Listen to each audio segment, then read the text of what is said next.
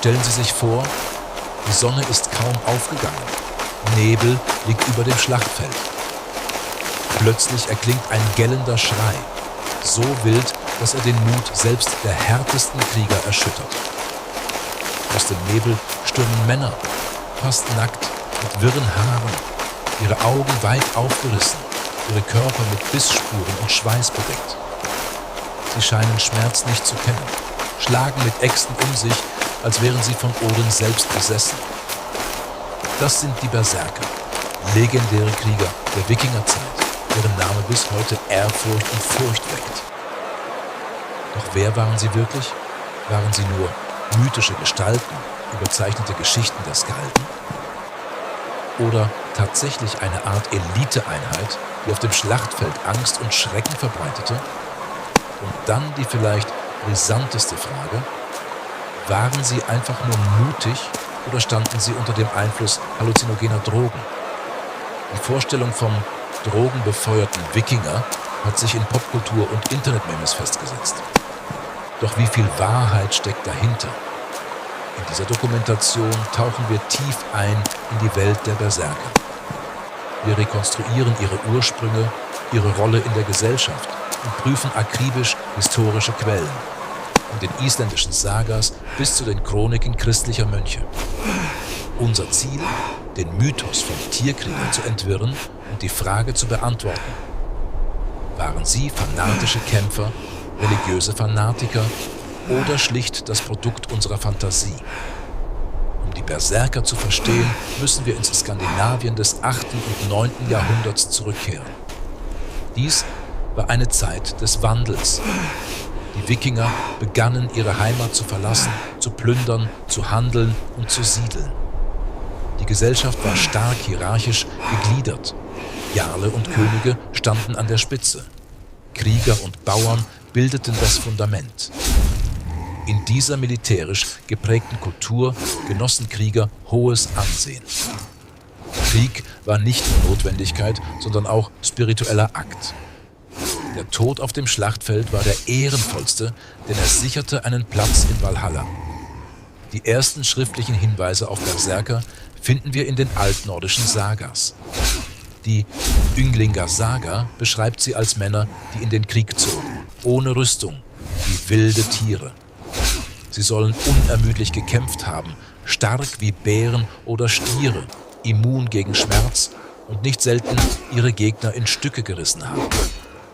Interessant ist, dass der Name Berserker selbst umstritten ist. Manche Historiker leiten ihn von Ber, Bar, nackt, und Serker, Hemd, ab, also der ohne Hemd Kämpfende. Andere sehen darin Bärenhemd, also einen Krieger, der ein Bärenfell trug. Beide Deutungen zeigen, diese Männer unterschieden sich bewusst von der Masse. Doch die Quellenlage ist widersprüchlich.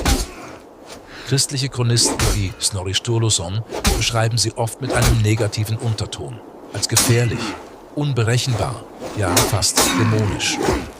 Hier zeigt sich auch die kulturelle Spannung. Was für die Wikinger heroisch war, galt für ihre christlichen Gegner als barbarisch. Archäologische Funde stützen Teile dieser Erzählungen. Grabbeigaben mit Tierfellen, besonders Bären- und Wolfsfellen, deuten darauf hin, dass bestimmte Krieger eine besondere, fast schamanische Rolle hatten. Diese Tierkrieger waren vielleicht nicht nur Soldaten, sondern auch spirituelle Führer, die in der Schlacht eine Verbindung zu den Göttern herstellten. Die Frage, was die Berserker tatsächlich auszeichnete, führt uns tief in die Welt der nordischen Mentalität. Es gibt mehrere Theorien darüber, wie sie ihren berühmten Kampfrausch erreichten. Eine der bekanntesten Hypothesen besagt, dass Berserker psychoaktive Pflanzen oder Pilze konsumierten, insbesondere den Fliegenpilz Amanita muscaria. Archäologen und Ethnobotaniker haben immer wieder auf Parallelen zu sibirischen Schamanen hingewiesen, die denselben Pilz für Trance-Rituale nutzten. Doch hier beginnen die Zweifel. Der Fliegenpilz kann Übelkeit und Desorientierung verursachen. Nicht gerade ideale Voraussetzungen für einen präzisen Krieger. Andere Forscher argumentieren, dass der Rausch psychologisch war. Eine Kombination aus Ritual Suggestion und Adrenalin. Berichte beschreiben Berserker, die heulen, Zähne fletschen und sich wie Wölfe benehmen. Ein Ritual, das sie in einen Zustand extremer Fokussierung versetzt haben könnte. Heute wissen wir, dass Kampfschreie und Rhythmus tatsächlich den Herzschlag beschleunigen, den Schmerz dämpfen und die Aggression steigern können. Berserkergang war kein Drogenrausch, sondern eine kontrollierte Technik der Selbstprogrammierung, schreibt der Historiker R. Simek. Sie war Teil einer Kriegerkultur, die den Tod auf dem Schlachtfeld als höchste Ehre ansah. Berserker als soziale Elite. Berserker waren nicht einfach chaotische Schläger. Viele Quellen deuten darauf hin, dass sie zum Gefolge der Könige und Jarle gehörten. Sie dienten als Leibwächter, als Schocktruppen und als Symbol der Macht. Ihre Furchtlosigkeit machte sie zu einer Art lebender Propaganda. Wenn der König von Berserkern geschützt wurde, wusste jeder, dass er ein mächtiger Herrscher war. Die Sagas erzählen von Helden wie Egil Skallagrimsson oder den Söhnen des Arngrim, die im Berserkergang kämpften. Manche von ihnen werden zwar als unberechenbar beschrieben, aber stets als Krieger von höchstem Wert. Training und Disziplin. Moderne Rekonstruktionen und Kampfsporthistoriker vermuten, dass Berserker nicht nur psychologisch, sondern auch physisch außergewöhnlich trainiert waren. Muskelaufbau, Waffenübungen und jahrelange Erfahrung machten sie zu überlegenen Kämpfern. Archäologische Funde von Bären- und Wolfsfellen, die man in Gräbern gefunden hat, stützen die These, dass die Tieridentität Teil eines kultischen Kriegerbundes war. Heute sind die Berserker längst Teil der Popkultur. Filme, Serien und Computerspiele stellen sie als halbnackte, brüllende Monster dar, die ohne Sinn und Verstand auf den Feind losgehen. Dieses Bild prägt unsere Vorstellung stärker als die mittelalterlichen Quellen. Doch die Wissenschaft hat in den letzten Jahrzehnten enorme Fortschritte gemacht. Neue archäologische Funde wie Reste von Helmen, Rüstungen und Amuletten erlauben eine differenziertere Sicht. Historiker betonen, dass Berserker keineswegs immer nackt kämpften, wie es oft dargestellt wird, sondern durchaus Schutzbewaffnung trugen. Ein weiterer Forschungszweig beschäftigt sich mit Neurobiologie. Militärpsychologen vergleichen Berserkergang mit dem Phänomen der Adrenalin-Highs, das bei Soldaten auch heute noch beobachtet wird. In extremen Stresssituationen schaltet das Gehirn Schmerzempfinden ab, die Wahrnehmung verengt sich, der Körper mobilisiert alle Reserven. Interessant ist auch, dass in der modernen Populärkultur Berserker manchmal romantisiert werden. Sie gelten als Symbol der Rebellion, des Widerstands gegen Unterdrückung, als Verkörperung der Wildheit. Das spiegelt unser heutiges Bedürfnis wider, die Vergangenheit nicht nur rational, sondern auch emotional zu erleben. Wie wird sich unser Bild von den Berserkern in Zukunft entwickeln? Mit fortschreitender Forschung ist zu erwarten, dass wir ein immer nuancierteres Bild erhalten.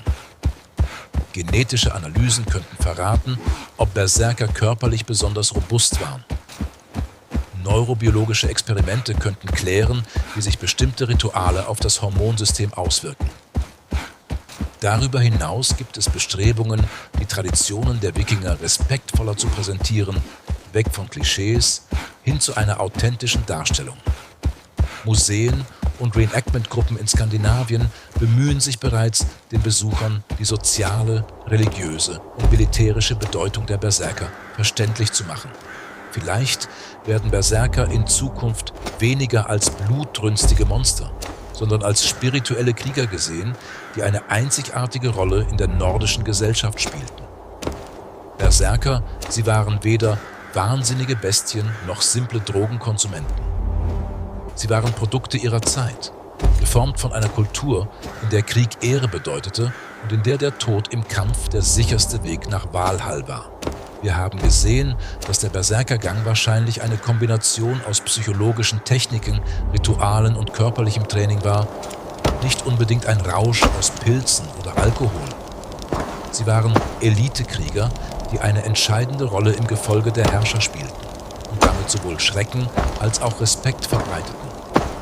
Und vielleicht steckt in jedem von uns ein kleiner Berserker.